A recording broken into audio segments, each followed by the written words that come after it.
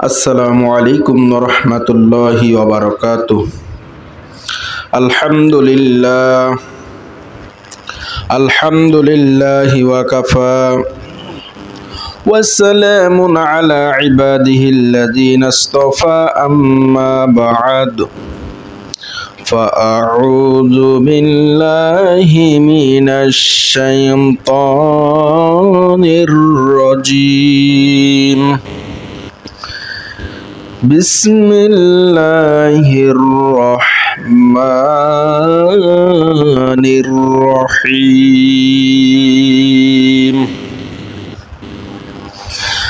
ইন্নাল্লাহা ইয়া'মুরু বিল আদলি ওয়াল ইহসানি ওয়া ইতা'i যিল কুরবা ওয়া ইয়ানহা আনিল ফাহশাই ওয়াল মুনকারি ওয়াল বাগি ইয়া'iযুকুম লা'আল্লাকুম তাযাক্কারুন। সাদাকাল্লাহুল আযীম। আজকের আলোচনার বিষয়বস্তু ন্যায় বিচার প্রতিষ্ঠা সম্পর্কে। আমি পবিত্র কুরআনুল কারীম থেকে সূরা নাহলের 90 নম্বর আয়াত তেলাওয়াত করেছি। আল্লাহ যদি আমাকে বলার তৌফিক দান করে তাহলে আমি কিছু বলার চেষ্টা করব ইনশাআল্লাহ। ন্যায় বিচার, আদল, এটা আরবি শব্দ। আদল আরবি শব্দ। ইনসাফ, আদলের অর্থ হলো ইনসাফ করা, ন্যায় বিচার করা। আদল শব্দের অর্থ কি? ন্যায় বিচার করা, ভারসাম্য রক্ষা করা ইত্যাদি। আর ইসলামের পরিভাষায় ব্যক্তি জীবন, পারিবারিক জীবন, সামাজিক জীবন, জাতীয় ও আন্তর্জাতিক জীবন তথা জীবনের সকল ক্ষেত্রে ন্যায় ও ইনসাফ ব্যক্তি বিচার ফয়সালা করাকে আদল বলে। আদল তথা ন্যায় বিচার করা প্রত্যেক মুসলমানের উপর ফরজ। পবিত্র কুরআনুল কারীমে বহু স্থানে ন্যায় বিচার করার নির্দেশ আল্লাহ সুবহানাহু ওয়া তাআলা দিয়েছে। ন্যায় বিচার প্রতিষ্ঠা করার নির্দেশ আল্লাহ দিয়েছে। আল্লাহ বলেন সূরা নাহলের 90 নম্বর আয়াতে, ইন্নাল্লাহা ইয়া'মুরু বিল আদলি ওয়াল ইহসানি ওয়া ইতা'i যিল কুরবা ওয়া ইয়ানহা আনিল ফাহশাই ওয়াল মুনকারি ওয়াল বাগি ইয়া'iযুকুম লা'আল্লাকুম তাযাক্কারুন। ইন্নাল্লাহা নিশ্চয় বিল আদলি আল্লাহ তাআলা ন্যায় বিচার, সদাচরণ ও নিকট আত্মীয়দের দান করার নির্দেশ দিয়েছে এবং তিনি অশ্লীলতা গর্হিত কাজ ও সীমালঙ্ঘন থেকে নিষেধ করেছে এবং তিনি তোমাদেরকে উপদেশ দেন যাতে তোমরা উপদেশ গ্রহণ করো। এই আয়াতে আল্লাহ তাআলা ন্যায় বিচার প্রতিষ্ঠা করার জন্য নির্দেশ দিয়েছে। ন্যায় বিচার করতে হবে। আজকে তো ন্যায় বিচার নেই। যেমন ন্যায় বিচার করে না, কোরআন সুন্নাহ অনুযায়ী বিচার করে না। সূরা মায়েদার 45 নম্বর আয়াতে আল্লাহ তাদের ব্যাপারে বলেন, ওয়ামান লাম ইয়াহকুম বিমা আনজালাল্লাহু ফাউলাইকা হুমুজ যালিমুন। যারা আল্লাহর নাজিলকৃত বিধান অনুযায়ী বিচার ফয়সালা করে না তারা জালেম। যারা আল্লাহর বিধান অনুযায়ী ন্যায় বিচার প্রতিষ্ঠা করে না তারা হলো জালেম। যারা কোরআন অনুযায়ী ন্যায় বিচার করে না তারা ফাসিক। আল্লাহ পাক সূরা মায়েদার 47 নম্বর আয়াতে বলেন, ওয়ামান লাম ইয়াহকুম বিমা আনজালাল্লাহু ফাউলাইকা হুমুল ফাসিকুন। যারা আল্লাহর নাজিলকৃত বিধান অনুযায়ী বিচার ফয়সালা করে না তারা ফাসিক। সূরা মায়েদার 47 নম্বর আয়াতে আল্লাহ বলেছেন, যারা কোরআন অনুযায়ী ন্যায় বিচার করে না তাদেরকে আল্লাহ পাক সূরা মায়েদার 44 নম্বর আয়াতে কাফেরও বলেছে। আল্লাহ বলেন, فلا تخشوا الناس واخشوني ولا تشتروا بآياتي ثمنا قليلا ومن لم يحكم بما أنزل الله فأولئك هم الكافرون। আর তোমরা কোনো মানুষকে ভয় করো না, বরং শুধু আমাকেই ভয় করো এবং আমার আয়াতসমূহের বিনিময়ে সামান্য মূল্য ক্রয় করো না। যারা আল্লাহর নাজিলকৃত বিধান অনুযায়ী বিচার ফয়সালা করে না তারা কাফির। তারা কি কাফের? সূরা মায়েদা 44 নম্বর আয়াত। ইনসাফ ব্যক্তি বিচার ফয়সালা করার নির্দেশ আল্লাহ দিয়েছে সূরা মায়েদার 8 নম্বর আয়াতে। কত নম্বর আয়াত? 8 নম্বর আয়াতে আল্লাহ পাক বলেন, ইয়া আইয়ুহাল্লাযীনা আমানু কুনু কাওয়ামিনা লিল্লাহি শুহাদাআ বিল কিসতি ওয়া লা ইয়াজরিমান্নাকুম শানাআনু কওমিন আলা আল্লা তা'দিলু উ'দিলু হুয়া aqrabu লিত-তাকওয়া ওয়াত্তাকুল্লাহা ইন্নাল্লাহা খাবীরুম বিমা তা'মালুন।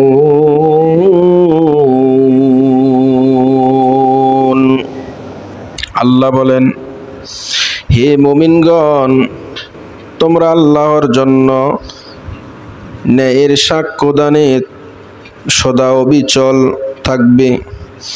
কোন সম্প্রদায়ের প্রতি শত্রুতা তোমাদেরকে যেন সুবিচার বর্জনে কোনোভাবে প্ররোচিত না করে।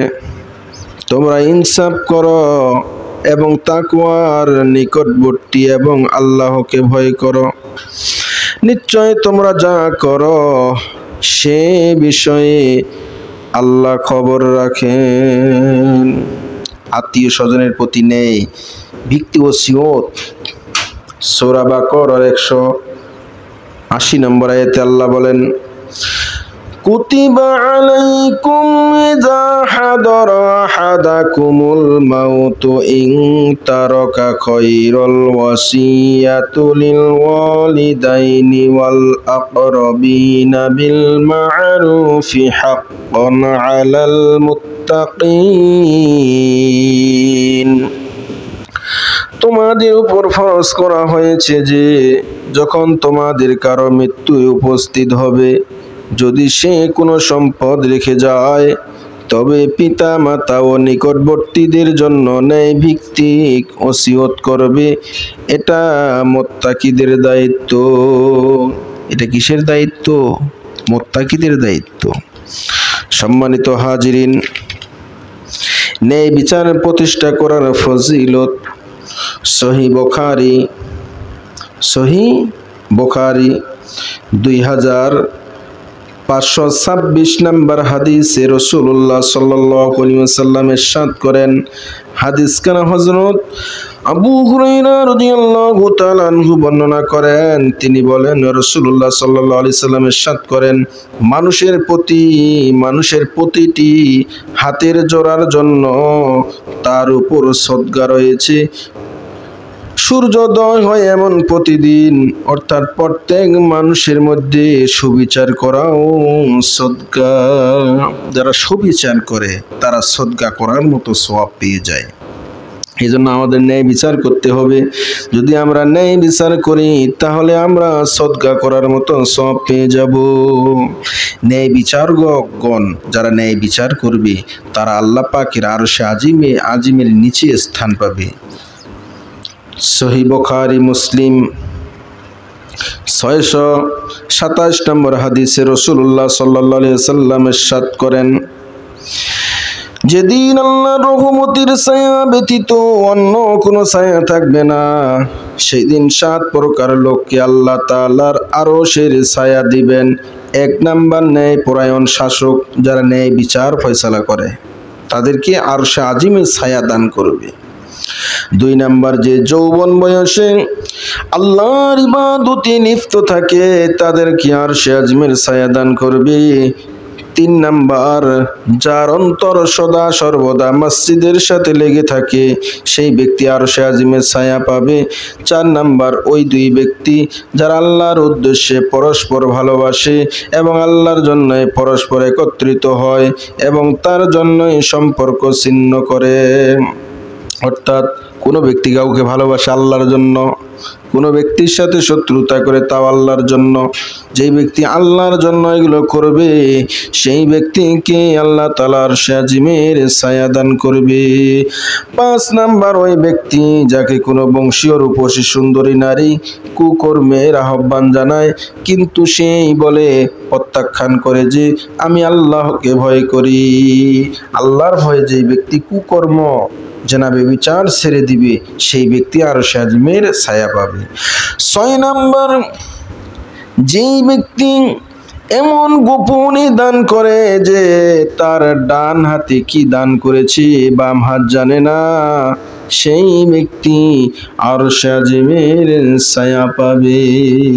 ডান হাতে দান করে, বাম হাতেও টের পায় না, এই ব্যক্তি আরশে আজিমের ছায়া পাবে।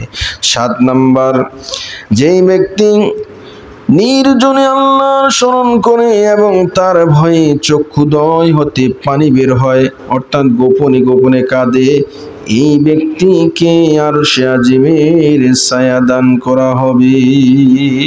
সুবহানাল্লাহ। অপরাধী যেই হোক শাস্তি দিতে হবে। সহিহ বুখারী 6330 নম্বর হাদিসে রাসূলুল্লাহ সাল্লাল্লাহু আলাইহি ওয়াসাল্লাম ইরশাদ করেন, হাদিস কারা আম্মা জান আয়েশা সিদ্দিকা রাদিয়াল্লাহু তাআলা আনহা বর্ণনা করেন, একবার হযরত উসামা রাদিয়াল্লাহু তাআলা আনহু জৈনিকা মহিলা চোরের ব্যাপারে নবী করিম সাল্লাল্লাহু আলাইহি ওয়াসাল্লামের কাছে সুপারিশ করলেন। তখন তিনি বললেন, তোমাদের পূর্ববর্তী সম্প্রদায় সমূহ ধ্বংস হয়ে গেছে, কেন তারা সমাজের নিম্ন শ্রেণীর লোকদের উপর কঠিন শাস্তি প্রয়োগ করত, আর যারা উঁচু পর্যায়ের মানুষ তাদের উপর তারা কোনো শাস্তি দিত না, যার কারণে সেই জাতিগুলো ধ্বংসপ্রাপ্ত হয়েছে। আল্লাহ রসুল সাল্লাল্লাহু আলাইহি সাল্লাম বলেন, ওই মহান সত্তার কসম যার হাতে আমার প্রাণ, যদি আমার মেয়ে ফাতেমাও আজ অপরাধ করত, তার হাত কেটে দেওয়া হতো। ফাতেমাও যদি চুরি করত, তার হাত কেটে দেওয়া হতো। ইসলাম যদি ক্ষমতায় আসে আর কোনো ব্যক্তি যদি চুরি করে, তার হাত কেটে দেওয়া হবে। সম্মানিত হাজিরিন, কোরআন অনুযায়ী ফয়সালা করতে হবে। সহিহ বুখারী 6752 নম্বর হাদিস, 82 নম্বর হাদিস, হযরত আবু হুরায়রা রাদিয়াল্লাহু তাআলা আনহু ও হযরত যায়েদ ইবনে খালিদ রাদিয়াল্লাহু তাআলা আনহু থেকে বর্ণিত, তারা উভয়ে বলেন, একবার আমরা নবী করিম সাল্লাল্লাহু আলাইহি ওয়াসাল্লামের কাছে উপস্থিত ছিলাম। এমন সময় তিনি বললেন, অবশ্যই আমি আল্লাহ তাআলার কিতাব অনুযায়ী তোমাদের মাঝে ফয়সালা করব।